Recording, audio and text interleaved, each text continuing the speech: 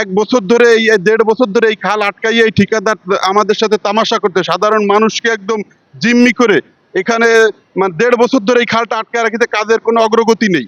এভাবে যদি আটকানো থাকে তাহলে আমরা সাধারণ মানুষ সর্বশান্ত হয়ে যাব। এই ব্রিজ করে দিছে আজকে 1.5 বছর ধরে, ব্রিজের এখনো কিছু হয় নাই, কিন্তু মানুষের হাজার হাজার মানুষের ঘর বাড়ি ডুবে যাইতেছে, ঘের বাড়ি ডুবে যাইতেছে, লক্ষ লক্ষ টাকার মৎস্য মানুষে ছাড়ছে পানির ভিতরে, মানুষ এগুলা নিয়ে হাউকাউ করতেছে। এই ব্রিজের জন্য 5-6টা গ্রাম পুরো পানি বন্দী হয়ে আছে। এই যে কিছুদিন আগে যে ধান উঠলো জমিতে, বৃষ্টির জন্য পুরো জমিতে ধান নষ্ট হয়ে গেছে কৃষকের, হাজার হাজার কৃষকের। এর জন্য এই বর্তমানে আবার এই নির্মম চাপের জন্য পানি বদ্ধ হয়ে আছে, অনেক লোকের বাড়িঘর তলায় গেছে, ঘের তলায় গেছে।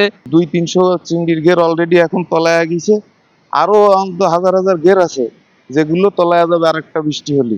তা এই জায়গায় আমি দেখি নাই যে এত বড় নদী বান্ধা দিয়ে এই ব্রিজ করে, এটা তো একদম সরকারের যে নির্দেশনা যে খাল নদী হলো নিষ্কাশন করতেছে, সাইডে দিচ্ছে, ঠিক আছে। আর এরা এই জায়গায় এত বড় দুর্নীতি, এই ব্রিজ ফেলায়, এই যে বছরকে বছর বসে এই খাল বান্ধা দিয়ে যে জনগণের ঘর বাড়ি, চিংড়ি ঘের, ফসল, কৃষি, এই জায়গায় হাজার হাজার মানুষ, গরিব মানুষ যে কৃষি ঘেরে।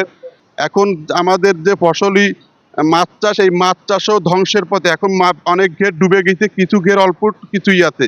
আর যদি একটা বড় ধরনের বৃষ্টি হয় তাহলে আমাদের এই সমস্ত মাছের ঘেরগুলো তলায় যাবে।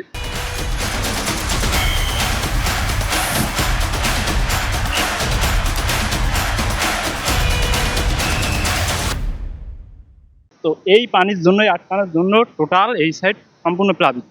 অনেকের উঠানে পানি উঠে গেছে হাঁটু সমান, অনেকের ঘের তলায় গেছে, অনেকের তো যাবে এরকমের অবস্থা আছে। এই বড় ধানের হাজার হাজার বিঘে জমি ধান নষ্ট হয়েছে এই কন্ট্রাক্টরের কারণে। যেহেতু আমরা পানি নামাতে পারিনি, আমাদের ধান সব ডুবে গেছে, সব ধান নষ্ট হয়ে গেছে। বাগেরহাট জেলার পল্লী অবকাঠামো উন্নয়ন প্রকল্পের আওতায় বাগেরহাট সদর উপজেলায় 47 মিটার ব্রিজ এর কনস্ট্রাকশন কাজ চলমান আছে।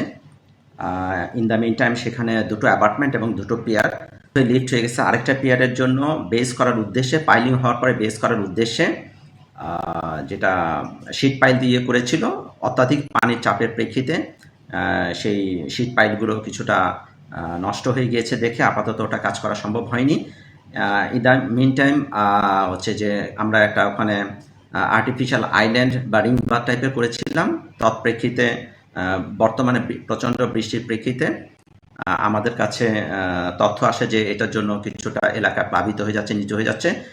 সেটা শোনার পর থেকে আমরা সেই রিং বারটাকে অপসারণ করে পানি যাওয়ার ব্যবস্থা করে দিয়েছি এবং অক্ত প্রকল্পের যে টাইমটা ছিল সেটা টাইম এক্সটেনশনের জন্য ঠিকাদার আবেদনও করেছে এবং পিপিআর অনুযায়ী, নিয়ম অনুযায়ী টাইম এক্সটেনশনের প্রথম যে যেটা করতে পারে সেটা ব্যবস্থা নেওয়া হয়েছে।